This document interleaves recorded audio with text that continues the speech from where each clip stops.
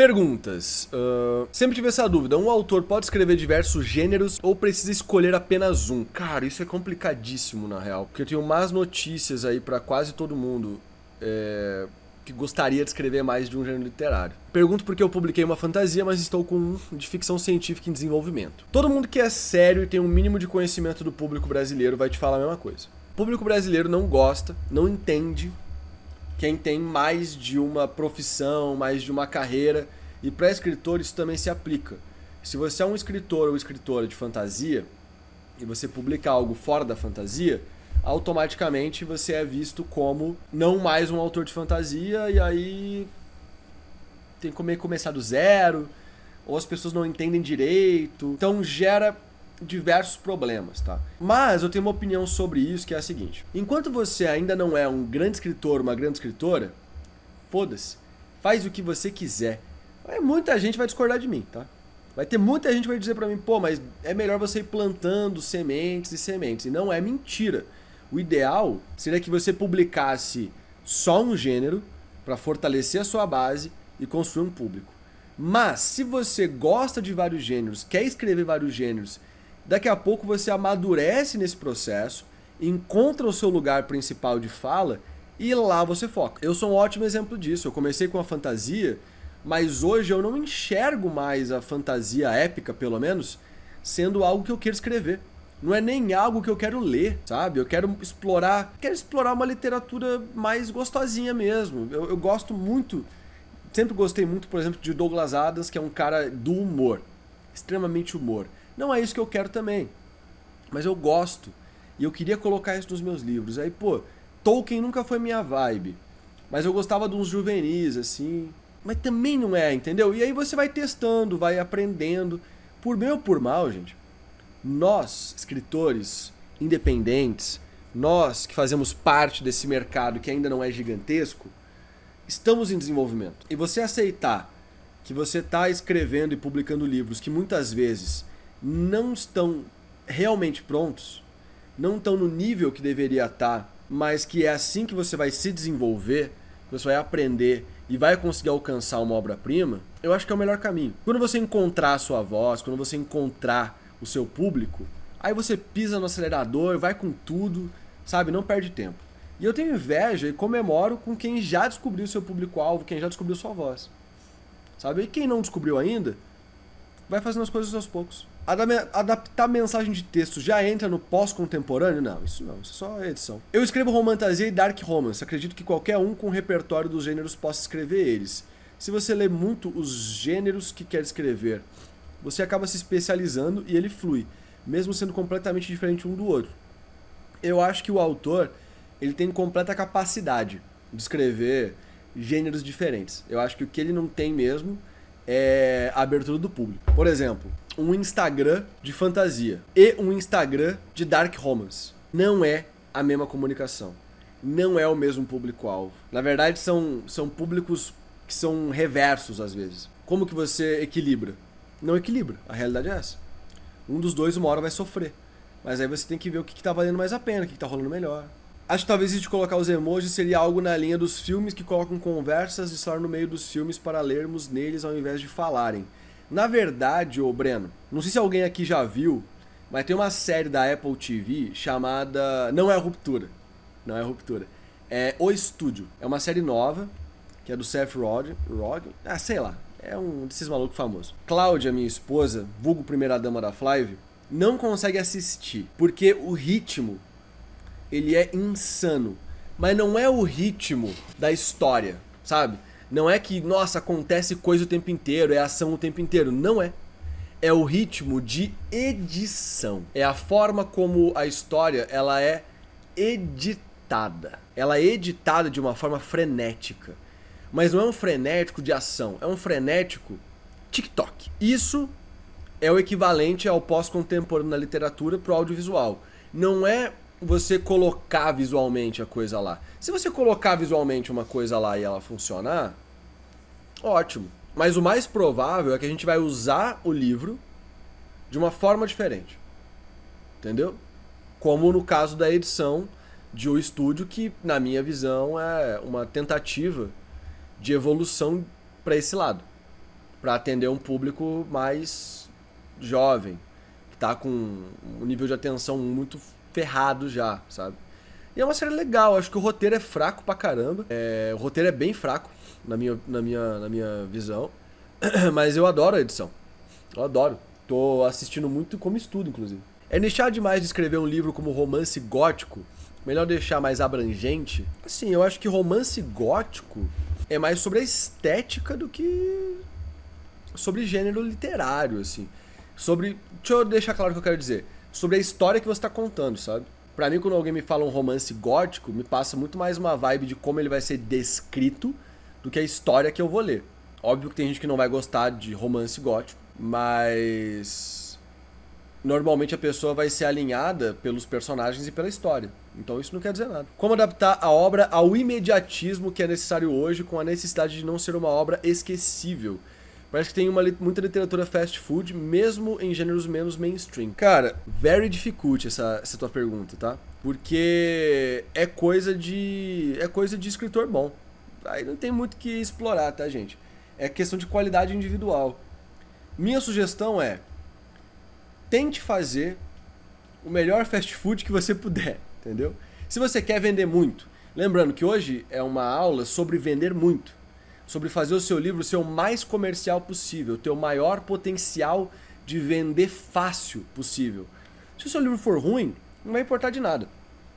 Se você fizer um livro extremamente bom, que tenha tudo isso que eu falei, ele não vai ser esquecível, entendeu? Ele vai conseguir se manter pautado, ele pode se tornar um clássico um dia. Porque não é o que eu falei hoje aqui pra vocês fazerem, não determina se o seu livro vai ser um fast food ou não. Mas, se você fizer só por fazer, e não é um problema fazer só por fazer, ele pode se tornar um fast food. E lembra que eu falei lá no começo sobre entender o seu momento como autor, a sua capacidade atual? Às vezes o que você consegue fazer hoje é um fast food. Então faz o fast food. Alimenta as pessoas, se alimente, pague seus boletos. Construa pelo menos uma base ali de leitores, de vendas, entendeu?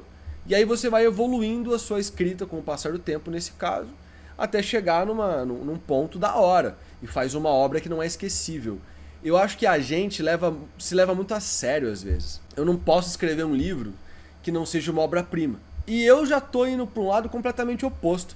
Ó, eu não sou um grande exemplo de maturidade, né? Em questão de idade, eu tenho 27 anos. A minha experiência ela é vasta porque eu tenho um amontoado de original, um amontoado de experiências. São centenas e centenas, já quase 1000 livros publicados pela Flive. E tudo passa pela minha mão de algum jeito. Então, tem um certo valor no que eu falo em questão de experiência, mas ao mesmo tempo também, às vezes, liguem um disclaimerzinho, tá? Mas, o que a gente escreve hoje, se for esquecido, tanto faz. Se daqui a 20 anos você lançar uma obra que vai marcar a vida das pessoas a um ponto de se tornar um clássico, mas você só vai chegar lá escrevendo muito, publicando muito, aprendendo muito. Quantos livros Clarice Lispector publicou? Não foram 3. Acho que foram 30 ou 50. Complicado, né? Aqui entra naquele mundo, naquele lado cinza da questão, que é: você tem que ser bom o suficiente para se virar. Poderia comentar um pouquinho mais sobre a Antologia Mentorada? Então, Gabriela Gomes, o que acontece? A Antologia Mentorada é o projeto que a Flive criou, junto com o Thiago Cabello, que é um dos maiores editores do Brasil, sócio do Eduardo Spor no Minicast, no Retiro Literário também que eles fazem. Esse ano a Flive a gente ia lá, mas eles decidiram fazer junto da Bienal do Rio. Foi uma tristeza danada. Danada.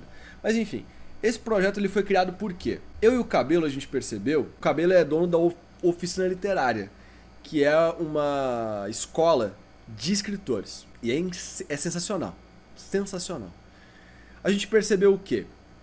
Precisávamos criar uma forma, um produto, para que escritores em desenvolvimento conseguissem melhorar o seu nível literário, tanto de desenvolver histórias quanto de escrita, que culminasse em publicação, porque sem culminar em publicação vocês nunca levam a sério. Com todo respeito a vocês, mas se não tem uma publicação no final e é só uma aula, uma mentoria, algo assim, muitas vezes se perde um pouco do valor, sabe? E assim, a mentoria em si, o Cabelo já faz, e a Flávia é uma editora. Então tem que ter uma publicação. E a Antologia Mentorada, ela resolve o meio termo. Então o que acontece? Muitos autores chegam na Flávia hoje para publicar, mais de 600 por mês, e não estão preparados. Ou muitos estão preparados para ter uma primeira experiência, mas ainda tem muito espaço para evoluir. Como evoluir essa galera sem ser de forma passiva, que a gente já faz, que é fornecer para vocês cursos, o seminário e etc e tal. Como pegar na mão de vocês e ajudar vocês a evoluir a sua escrita? Precisa de alguém muito qualificado e muito profissional. E aí vem o Cabelo e a oficina literária. Mas poxa, não dá para fazer isso de graça. Ainda mais culminando numa publicação. Então ali a gente chegou num valor de investimento, que é um investimento mesmo, que se paga, o autor paga, para ter essa mentoria, para passar pelas 2 imersões que acontecem durante esse mês de mentoria e para custear também todos os custos de publicação desse livro. A nossa ideia, eu vou explicar em detalhes como é que funciona na prática, tá? Mas a nossa ideia é identificar na Antologia Mentorada possíveis autores tradicionais para Flávia. Então esses autores que são da Flávia já e participam, ou a galera que vem de fora e participa, a gente está de olho para encontrar autores que têm uma comunicação legal, que têm um carisma legal, mas acima de tudo, que a gente enxerga que dá para daquele autor sair uma puta história. E aí a gente fica em cima dele para pedir um original, para ver o que ele está fazendo, entendeu? Então é uma forma legal de acelerar o nosso reconhecimento de talentos.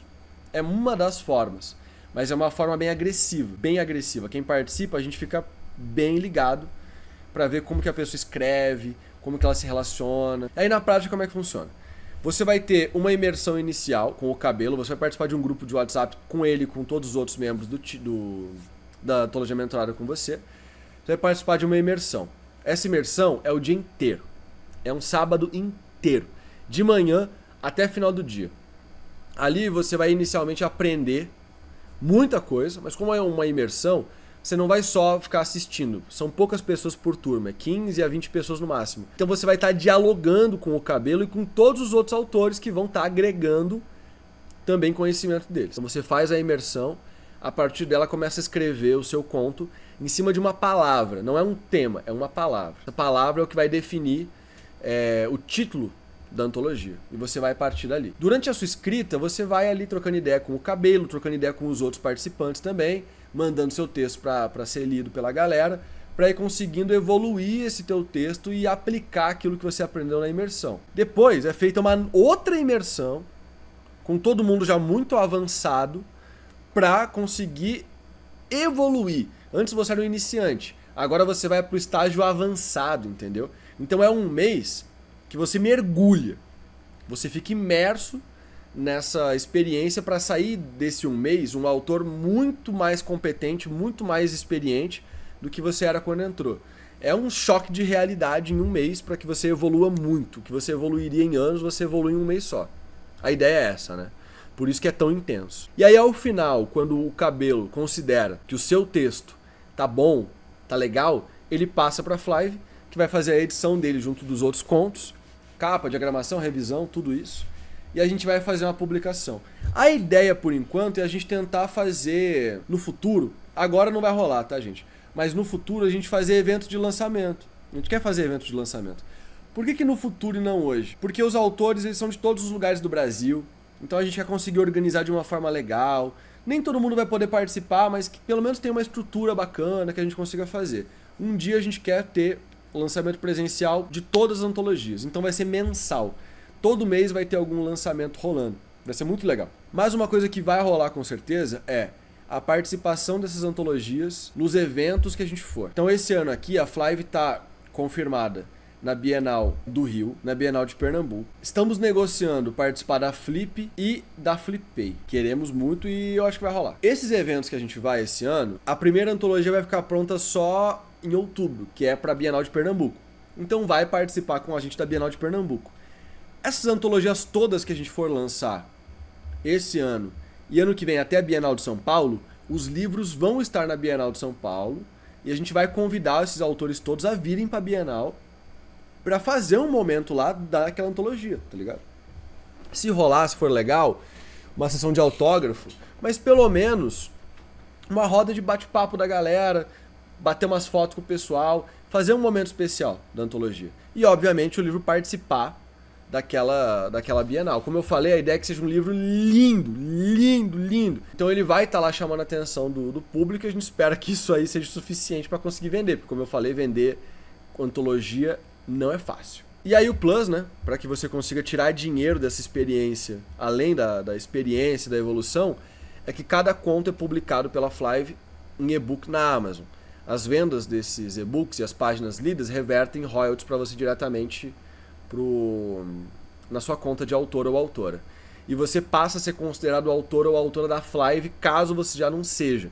Então você tem acesso ao grupo de WhatsApp da Flive dos autores, tem acesso ao sistema de autor. E quando você for publicar um livro com a Flive, você não vai ter que passar por uma análise tão dura, né? Você já vai ser conhecido da editora, a gente já sabe quem você é. Então aquela etapa de análise de perfil, você ainda vai responder as perguntas. Mas a gente já te conhece, então você normalmente vai ser já aprovado, porque você já foi aprovado daquela vez. A gente só vai avaliar o seu livro. Para quem não sabe, a Flive tem uma avaliação meio a meio. A gente avalia o livro e avalia o autor. Se o autor claramente não for um autor que combina com a editora, mesmo que o livro seja bom, a gente recusa, que vai ser uma experiência ruim para ele e pra gente. Então é assim que funciona a antologia mentorada. Ah, e também, como é que se inscreve, né? Vocês podem entrar em contato com a gente pelo publicação, sem ser cedilha e com C em vez do cedilha, né? Sem tio e sem cedilha. @flive.com.br. Publicação @flive.com.br. Falar, ó, tem interesse de participar da antologia mentorada, queria saber como é que funciona, o pessoal vai te explicar. Se você quiser se antecipar, você envia um texto qualquer seu para análise e avisa que quer participar. Esse texto pode ser qualquer um, porque você vai escrever o seu conto da antologia durante a antologia. Então não faz sentido você mandar um conto para ser, né, para ser avaliado da antologia. A gente vai avaliar o seu nível literário, porque a antologia, ela pega do básico, mas é o básico de alguém que já escreve alguma coisa. Então se for alguém que não sabe escrever direito, sabe? Que tem problemas sérios literários, que não está pronto para essa experiência, a gente vai recusar. Tem curadoria até na antologia mentorada, para garantir que a experiência vai ser boa para aquela pessoa, sabe? Cara, o quanto você acha que os grupos de escrita, leitura crítica e editores acabam barrando novidades por serem influências que ajudam o texto a virar mais básico e safe? Cara, com certeza rola pra caramba. Com certeza é muito relevante. Uma parada que tem que ser convencionado é o topo da pirâmide, quando a gente fala de influência, ou seja, as maiores editoras, elas só vão publicar o que é extremamente seguro. Quanto mais você baixa na cadeia alimentar do mercado, mais vanguardista, mais provocador, mais rebelde é o livro. Mas também menor é o público. Então, as novidades, elas sempre foram e sempre vão ser assim. Elas vão aparecer primeiro aqui no nosso mercado independente, na base, no Wattpad, sabe? Nessa loucura toda. E aí, aos poucos, vai escalando. Por isso que cada ano que passar, eu acredito que vocês vão ver mais autores brasileiros dentro das grandes casas. Porque nos últimos anos foi se provando, comprovando, reprovando, né? Reprovando de provar novamente, que livros de brasileiros podem vender muito bem. E aí as grandes casas vão publicando. Então, naturalmente, o mais seguro é o que mais vai ser publicado, tá? Não é à toa que tem Café com Jesus, Café com Aristóteles, além de Café com Deus Pai. E tem Café com Deus Pai versão adolescente e versão kids. Oficial do mesmo autor do Café com Deus Pai. Por quê? Porque é muito seguro. Já se comprovou que vende. Já se comprovou que é isso aí mesmo. Entendeu? Então eles vão lá e lançam sem medo de ser feliz. Um livro para ser considerado bom é mais confiável em relação à venda, escrever um livro pela tendência do mercado literário ou seguir o seu próprio estilo e assunto? Qual teria mais chance de 5 estrelas? Tá. Qual tem mais chance de 5 estrelas? Um livro mais autoral ou um livro mais quadradão, mais fast food? Depende de como você divulga ele. Um livro fast food divulgado bem fast food, é bem provável que ele vai atender a expectativa e vai alcançar mais 5 estrelas. Um livro autoral divulgado como livro autoral vai alcançar também uma quantidade de 5 estrelas mais aceitável, porque ele foi divulgado corretamente. É muito sobre como você se comunica, sabe? Não dá pra você, por exemplo, comprar Yara, que tem uma capa, que tem uma e-girl na capa, e você esperar um livro que vai ganhar o Jabuti. Pode ganhar o jabuti de entretenimento, mas também não, porque o jabuti de entretenimento é entretenimento, né? Ele é ainda assim livros mais complexos, mais profundos, mesmo sendo de entretenimento. Poderia ganhar? Cara, poderia. Mas quando você olha pra essa capa, você não pensa, pô, livro do jabuti, entendeu? Que capa que você pensa do livro do jabuti? Carla Madeira. Aquelas capas que não quer dizer nada. É uma paisagem. Você olha pra aquilo e fala, pô, esse livro deve ser profundo, entendeu?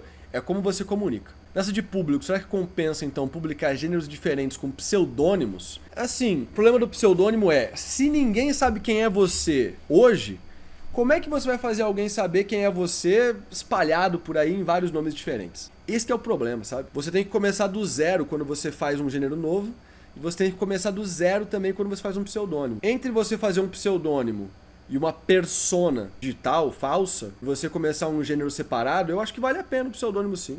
Sabe fazer tipo a Zoe X, botar uma máscara, um capuz e começar a escrever outro gênero se colocando desse jeito? Ou a Rurik, acho que é assim, né? Acho que é Rurik. Aqui da Flive também, que também esconde a identidade, sabe? Que pode valer a pena, sim. Mas aí é uma questão de você ainda assim tem que se mostrar, mas você se mostra sob uma capa, né? Você acha que histórias escritas por brasileiros ambientadas fora do Brasil com personagens gringos podem ser comerciais? Cara, com todo o respeito do mundo, tá? Eu entendo a demanda de mercado, mas é completamente perda de tempo um escritor ou escritora brasileira escrever uma obra assim. Completamente perda de tempo. Ali é fast food completo mesmo. Se o seu objetivo não é fast food, um livro fast food, tá perdendo tempo. Se você vai fazer um livro fast food assim, zero problema. Lembrando que aqui a gente está se referindo à literatura de ficção independente. Não encaixa no erótico. Galera do erótico, 99% do tempo está produzindo fast food, porque é o que o mercado demanda. Por isso que a gente não pode colocar eles na mesma caixinha. Assim como não pode colocar o autoajuda, assim como não pode colocar os grandes nomes da literatura contemporânea. Porque são formas muito diferentes de se comunicar e de se trabalhar. Se você é um escritor que não está querendo escrever fast food, e você escreve um livro ambientado fora do Brasil não é o tema, mas que os personagens, tudo é de coisa de gringo, véi, deixa o gringo escrever essa porra, velho. Você tem referência no Brasil. Você escreve pra brasileiro, você tem referência brasileira, você é a porra de um brasileiro e você vai querer escrever uma história que se passa em outro país, que se passa com personagens de outra nacionalidade, que tem referências que você não tem, que tem uma profundidade que você não conhece. Perda de tempo. Parte da dificuldade de escrever gêneros diferentes é que para o marketing ainda estamos reféns dos algoritmos das redes e eles se beneficiam com a repetição de padrões. Sim, tá? Todos os algoritmos atuais, eles são tarados em padrão. Quando você acerta uma fórmula e você não reproduzir ela, ele te pune. Vou dar um exemplo bem prático meu. TikTok. Meu TikTok só funciona bem quando eu gravo vídeos longos, sem edição nenhuma, falando pra câmera. Eu boto a câmera ali, começo a gravar 12 minutos, 15 minutos, 20 minutos. Toda vez que eu gravo um vídeo de no mínimo 12 minutos, vai bem pra caramba. Toda vez que eu gravo um vídeo curto e posto lá, vai mal. Por quê? Porque o algoritmo da minha conta se conectou dessa forma, entendeu? Então, o TikTok, ele já tem uma predisposição pra minha conta de trabalhar esses vídeos melhor. E aí, o público também, que consome, recebe e já está acostumado. As redes sociais, o Luigi Matos, que é um especialista em criação de conteúdo, ele fala que está rolando um movimento das redes sociais agora de distanciar o criador do público. Porque quanto menos você tem conexão com o criador, mais você pode trocar ele por outro criador, mas continuar na mesma plataforma. Eu, por exemplo, crio conteúdo no YouTube, no TikTok e no Instagram. São minhas 3 redes principais. O Threads também. Mas o Threads é diferente. A pessoa se conecta comigo no Threads, no TikTok, no Instagram, no YouTube, quando ela sai daquela rede social e vem pro meu grupo de WhatsApp. Ou começa a me seguir no Instagram e consome meus stories, que não é um conteúdo que eu produzo, né? Quando ela tá nesses lugares. Quando ela tá na rede original, consumindo meu conteúdo do dia a dia normal, ela não é ainda parte do meu público. Ela é parte do público da plataforma. A plataforma, se quiser parar de entregar os meus conteúdos e entregar de outra pessoa, rapidamente a pessoa me esquece e começa a gostar de outra pessoa. Esse poder as plataformas têm. Por isso que é tão importante você afunilar o seu público. Pegar da rede social e levar para um lugar que é só seu, como um grupo de WhatsApp, um canal de uma live, sabe? As lives é uma ótima forma de você manter comunidade. Tem um dia e uma hora que você faz live e as pessoas sabem que você tá ao vivo aquele dia, aquela hora, e elas vão te encontrar lá, sabe? Você criar uma rotina, um hábito com essas pessoas. Isso ajuda muito a comunidade ser sua e não da plataforma. Mas as plataformas querem que não seja seu. Porque se você muda de plataforma, eles perdem aquele público, entendeu? E eles não querem que isso aconteça. Vale ainda a pena escrever fantasia épica? Tô lendo Corvo Negro e tenho que admitir que tô curtindo bem mais que épicos de trocentas páginas. Ô Kleber Carvalho, eu também te amo. Obrigado pelo seu elogio. Sinto high fantasy é um comprometimento grande demais. Kleber, isso é um pouco do que eu ando também pensando sobre o tal do consumo de literatura de homem hétero. Eu não gosto mais de ler livro de homem hétero. Não gosto mais. Não é que eu não gosto, mas eu tenho que me esforçar tanto. Eu amava, meu livro favorito nacional até pouco tempo atrás era A Lenda de Huff Gunner, O Garoto Cabra, livro de Leonel Caldela, livro que se passa no universo lá do RPG do Jovem Nerd, um livro que eu li muito tempo atrás. Eu acho que meu livro nacional predileto agora é Memórias Póstumas de Brás Cubas. Nossa, Lucas, que criativo. Pois é. Meu livro nacional independente favorito por enquanto é O Homem que Explodiu o Presidente, do Thiago Barroso, autor da Flávia. É incrível, eu amo esse livro. Ele é sensacional. É uma delícia de ler, sabe? Mas por quê que eu tô nessa conclusão? Porque eu comecei a ler o Huff Gunner 2, O Herdeiro do Leão. Cara, é livro de homem hétero, ou seja, ele é muito épico, ele é muito contemplativo, ele exige de você uma energia que o capitalismo te roubou. Não é sobre literatura, é sobre estilo de vida.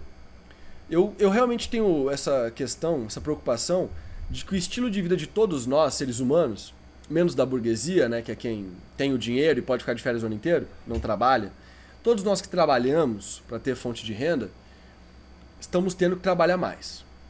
Estamos tendo que consumir lives como essas para se especializar. Todo mundo aqui no chat provavelmente tem uma fonte de renda principal e o seu livro é uma fonte de renda secundária. Pouquíssimas pessoas vivem do seu livro hoje. Na Flávia tem algumas pessoas que vivem dos seus livros, mas são pouquíssimas pessoas. Então você já está trabalhando mais do que os seus pais trabalhavam. Ah, meu pai se sacrificou muito para conseguir me dar uma vida digna e boa. É verdade. Tem gente que saiu da merda e conseguiu dar uma vida digna trabalhando em 2 empregos, 3 empregos. Mas o mais comum era a pessoa ter um CLT, que ela realmente trabalhava muito, mas eram 8 horas por dia. Ela ficava exausta, mas eram 8 horas por dia.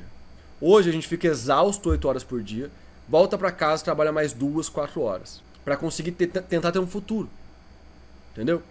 E eu acho que esse movimento é o que está fazendo os cozy fantasy nascer, cozy mystery, livros, o fast food estourar. São livros que você não tem que pensar tanto. Ah, Lucas, é uma pena, não é evolução literária. Não é evolução. Não é. É um fenômeno. É um fenômeno que eu espero que a longo prazo nos ajude a superar como a nossa relação de trabalho funciona. Eu hoje fiz um thread, por exemplo, falando que quando alguém me manda um áudio, eu levo às vezes semanas para responder. Porque durante o meu dia de trabalho, eu tenho pouco tempo livre. Isso quer dizer que eu trabalho o tempo inteiro? Não. Eu tenho uma relação que eu considero muito saudável com o trabalho. Eu não abro meu WhatsApp comercial e nem meu e-mail de final de semana por nada nesse mundo. Depois de certo horário, eu não abro mais meu WhatsApp. Não é horário, é demanda. Eu cumpri a demanda de WhatsApp, eu cumpri a demanda de e-mail, amanhã eu abro de novo. Por quê? Porque eu entendo hoje a importância que tem de dividir o trabalho da minha vida pessoal. Para que eu tenha uma vida, para que eu aproveite os frutos do trabalho. Óbvio, eu só cheguei nesse ponto depois de sacrificar muitas horas, toda a minha vida pessoal, por 1 ano, 2, 3, 4, para conseguir contratar uma equipe que me desonerasse o suficiente para que eu pudesse tomar essa decisão. Momentos de sacrifício existem. Só que eu acho que a maior parte das pessoas está vivendo em momentos de sacrifício. E aí, a literatura épica e também a literatura cabeça, né, de Jabuti, ela começa a perder espaço. A vantagem da literatura de Jabuti, de premiação e tal, é que a pessoa sente que ela é erudita quando ela está lendo. ela sente que ela está aprendendo algo, evoluindo, que é uma coisa que o brasileiro precisa ter. Aquela pesquisa lá que indicou que a gente perdeu 7 milhões de leitores no Brasil, o que eu mais achei curioso da pesquisa não foi isso. Foi que pro brasileiro, pra maior parte do brasileiro, ele só acha válido ler um livro se ele vai aprender algo com aquele livro. Então isso é uma coisa que a gente tem que trazer pra ficção, entendeu? Entender que muitas vezes falar para as pessoas que ela vai aprender algo lendo o nosso livro é o melhor gatilho que a gente pode ter para vender um livro de ficção. Porque na cabeça dela, exausta, exaurida, talvez isso faça valer a pena o gasto energético. Entendeu? Complicado, né, gente? Eu sei que é complicado, eu sei que é desanimador, mas eu digo uma coisa para vocês. Existe espaço para tudo, o mercado é cíclico e sim, por mais que hoje o fast food ele seja o que mais vai vender em volume, os mais vendidos não são fast food? Na minha opinião são. Porque autoajuda é fast food na veia. E como eu falei, pra mim, Bob Good é autoajuda. Livro de colorir para adulto é autoajuda. Quando a gente vai pra literatura, alta literatura, vamos usar esse termo, ela às vezes aparece nos mais vendidos. Existe demanda ainda, tá, gente? O mundo não tá perdido. Mas estamos passando por uma fase bem sombria da relação de trabalho com o ser humano. E aí, o nosso mercado, assim como todos os outros, tem reflexos disso. O que vale mais a pena? Tráfego pago ou parcerias no Instagram? Eu acho que você tem que escolher, na verdade, a hora de cada coisa. Se você não pode ter os dois, primeiro parcerias, depois tráfego pago. Por quê? O tráfego pago, ele é muito bom em vender. A parceria não é boa de vender. Quando você faz uma publi, uma parceria com o influenciador, ele está comunicando que aquele livro existe. E olha como ele é interessante, olha como ele é bacana. Mas para a pessoa sair daquele vídeo e ir comprar o seu livro, é o que eu falei mais cedo, é gasto energético. É um esforço enorme. Ela tem que sair da rede social, encontrar um link para esse livro que normalmente não existe. Então ela vai ter que ir até a Amazon, pesquisar o nome do livro. Se for um livro independente que não tem na Amazon, todos os livros da Flive estão na Amazon, tá? Até os que estão em estoque, beleza? Todos estão lá. Tem alguns que estão com problemas. A gente está encontrando tipo erro de descrição, preço estranho, essas coisas. Se o seu livro tiver com alguma coisa assim, avisa a gente. A gente vai lá e arruma. É que é muito livro, né, gente? É mais de 700 livros. Aí dá trabalho pra gente encontrar esses defeitos porque é pontual. Mas, voltando aqui para a questão do tráfego pago e parceria, o trabalho que dá para alguém comprar o seu livro quando ela conhece de uma parceria é grande. Por exemplo, eu vi o Thiago Valente falando do livro lá, Clube do Crime das Quintas-Feiras, e eu quis comprar. Eu comprei porque, curiosamente, eu passei numa livraria. Fui lá ver se tinha o livro, tinha. Aí eu comprei. O esforço que eu tive que fazer, tive sorte. Isso tem a ver com marketing. Praça, né? Um dos 4 P's do marketing, praça. Ponto de distribuição. Que é por isso que a Flive quer tanto entrar nas livrarias. Porque estamos investindo muito em marketing. Nossa equipe de comunicação, esse ano aqui, quer triplicar, quadriplicar o esforço humano para divulgar os livros tradicionais, os Voe que estão lançando, que estão em pré-venda. A gente quer fazer mais conteúdo sobre os Voe, sabe? A gente quer muito fazer. Só que isso não vai bater a meta de quase ninguém. Só que quando o livro for lançado, vai ficar muito mais fácil do tráfego pago vender ele. Porque se a pessoa já sabe que o livro existe, já sabe a proposta do livro, o tráfego pago você faz um anúncio de compre esse livro, clique aqui. Quando você clica naquele anúncio, você automaticamente vai para uma página de compra. Aí é muito fácil, entendeu? Então o tráfego pago sem uma construção de imagem do livro costuma não valer tanto a pena. O tráfego pago com um livro com a imagem construída é ótimo, é maravilhoso, funciona perfeitamente. Se for possível, faça os dois. Vou dar o exemplo dos meus livros, tá? Corvo Negro e Urutau Púrpura. Porque o que eu faço, eu acho que tem que ser exemplo. Eu tenho que fazer o que eu prego. Atualmente temos um tráfego pago rolando, o Valor da Força, que é o meu spin-off do Corvo e do Urutau. É um livro-jogo. O anúncio diz o quê? Baixe de graça o Valor da Força. A pessoa vai lá, bota o e-mail dela e baixa de graça. O e-mail dela é um lead, que eu vou usar. Mas o mais valioso é, quando ela entra no meu site, o meu pixel da Meta, do Instagram, do Facebook, capta que ela entrou. E aí eu vou criar no futuro, daqui 1 mês, daqui 2 meses, um anúncio só para quem já entrou no meu site. Para falar, compre. Compre o quê? O Corvo, o Urutau, o Valor da Força. Além disso, agora, nesse momento, estão rolando várias parcerias com influenciadores do Corvo e do Urutau. Essas parcerias, elas são a base para quando esses anúncios forem rolar. Quando os anúncios começarem a rolar, eu vou começar a contratar também publis, uma por mês. Uma publi por mês de R$200, 150, 300 no máximo. Por quê?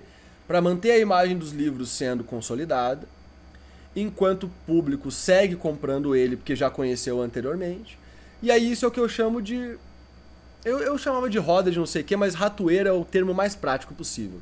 Que é, você tem a ratoeira. É foda porque é leitor, né? O rato, coitado do rato, mas enfim. Você tem ali a ratoeira. A ratoeira é meio que o seu livro. Você tem que convencer a pessoa a chegar na ratoeira. Então você bota algum queijo, alguma coisa ali que atraia ela, entendeu? Você precisa desse queijo. Esse queijo são os influenciadores. A ratoeira é o tráfego pago, entendeu? Esse que é o rolê. Essa que é a expectativa.